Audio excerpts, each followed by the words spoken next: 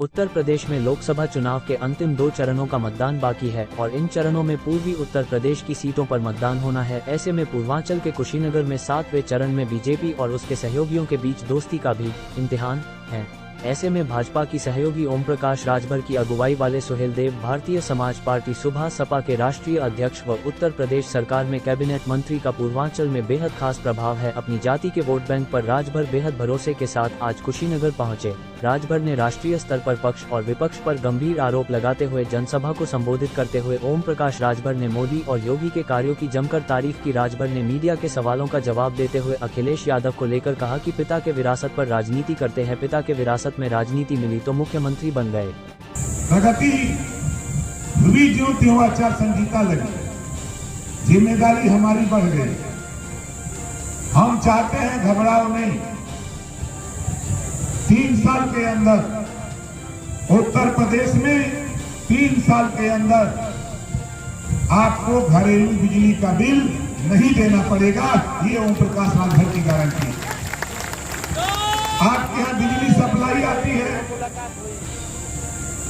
अंबेडकर नगर, टांडा या सोनभद्र से। आप हमारे देश के प्रधानमंत्री जी की सोच है, हम आपके छत पे पावर हाउस लगाना चाहते हैं और 75% सब्सिडी देंगे। और वो व्यवस्था ओम प्रकाश राजभर, जिम्मेदारी है। हम गांव में जो पंचायत भवन बने हैं, जो कंप्यूटर और कंप्यूटर ऑपरेटर है, उसकी व्यवस्था और सुदृढ़ करेंगे और आपका फार्म वही गांव में भरवाकर आपको साथियों 3 साल के अंदर, मोदी जी तो 5 साल का लक्ष्य रखे हैं, हम आपको 3 साल की गारंटी देते हैं। 3 साल में आपको घरेलू बिजली का बिल नहीं देना पड़ेगा। हम आपके छत पर पावर प्लांट लगाएंगे। अखिलेश यादव ने तंज कसा है कि 4 तारीख के बाद भाजपा सिर्फ कहने के लिए हो जाएगी एक की भाजपा। ऊपर कीजिए। देखिए, हम उनको क्या कहें, पिता के विरासत में राजनीति करते हैं। पिता के विरासत में राजनीति मिली, मुख्यमंत्री बन गए।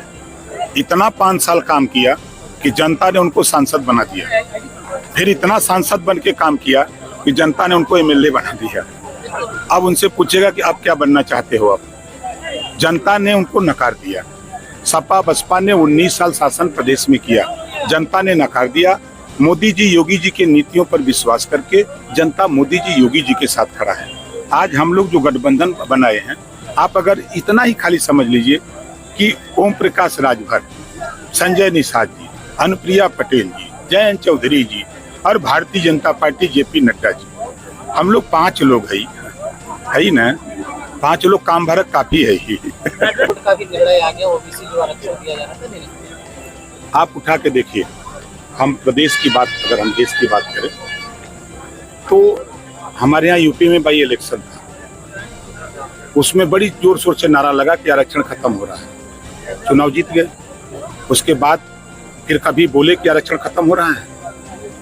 यही भगोसी में चुनाव हो रहा था, आपके बगल का जिला में, और चुनाव जीतने के बाद एक बार भी ना अखिलेश की बात आवाज आई, ना बसपा के ना कांग्रेस के। ये चुनाव मोदी जी ने खुद कहा कि बाबा साहब डॉक्टर अम्बेडकर जी के संविधान की जो लोग बात कर रहे हैं कि संविधान खत्म होगा, उसको कोई नहीं खत्म कर सकता है। योगी जी भी उस बात को बोल रहे हैं, हम भी बोल रहे हैं। ये सिर्फ चुनावी जुमला है कि चुनाव में गुमराह करके वोट लेने का तरीका बना रहे हैं। संविधान खतरे में नहीं है, बल्कि कांग्रेस सपा बसपा का संविधान खतरे में है।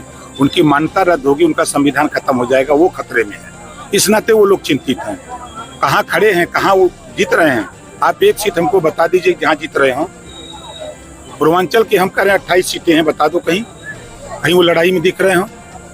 जनता चुनाव जनता लड़ रही है। आप पश्चिम से अगर शुरू करेंगे, सहारनपुर से, उधर एक बिरादरी है लोथ, 99% मोदी जी के साथ है। चौहान मोदी जी के साथ है, निषाद बिंद केवट मल्ला मोदी जी के साथ है, राजभर मोदी जी के साथ खड़ा हो गया है, पटेल मोदी जी के साथ खड़ा हो गया है, राजपूत ब्राह्मण भूमियार मोदी जी के साथ खड़ा हो गया है। मजे की बात 20 से 25% मुसलमान महिलाएं पुरुष मोदी जी के साथ खड़े हैं। कहाँ चुनाव आप देख रहे हैं। अभी वो अंदर जब आएगा ना, 4 जून को जब 400 पार आएगा, तब यही लोग कहेंगे कि तो मशीनियां बदल